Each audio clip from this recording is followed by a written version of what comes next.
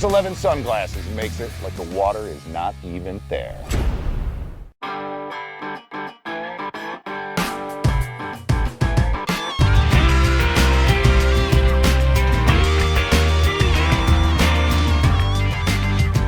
MichianaOutdoorsNews.com, one of my favorite questions that I'm going to say the CEO, Louis Stout, really wanted to talk about. Half the times I don't even think that he airs this stuff. He just keeps it for his own info, to be honest with you.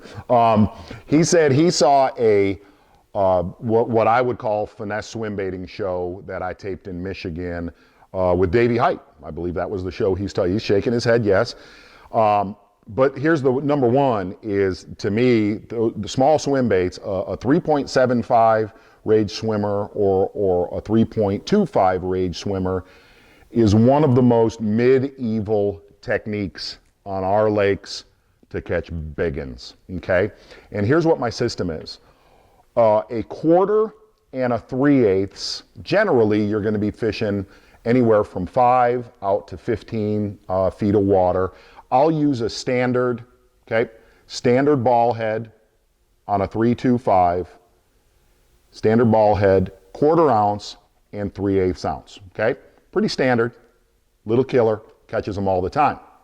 But really the entire thing that Louis wanted to talk about, and I'm happy to talk about that, is when I use Magnum lead, when I use 1/2 ounce, 3/4 ounce, 1 ounce finesse swim baiting heads. Number one, we pour all of these on our own in the bass barn. That's just a standard bullet style hook with a 3/0 trocar light wire hook in it, okay?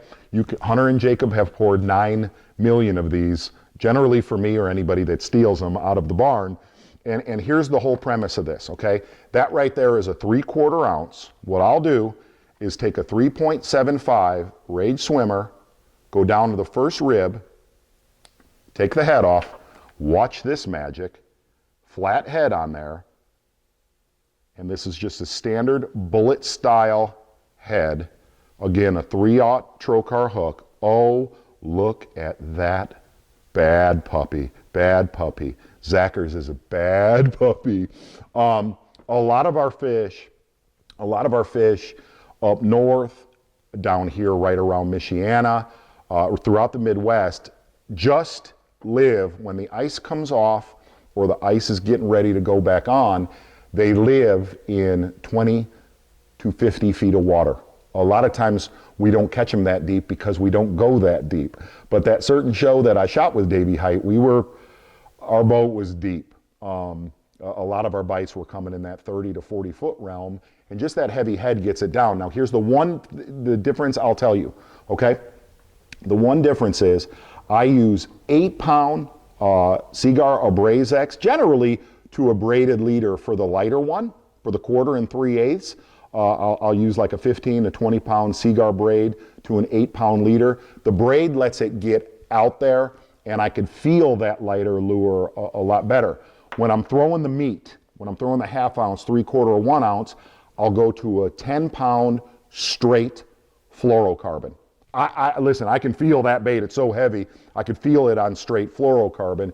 And the other side of this is just let it get to the bottom and start slow rolling it. If you really watched that show, when you're slow rolling it and one bites it, don't set the hook on them, okay?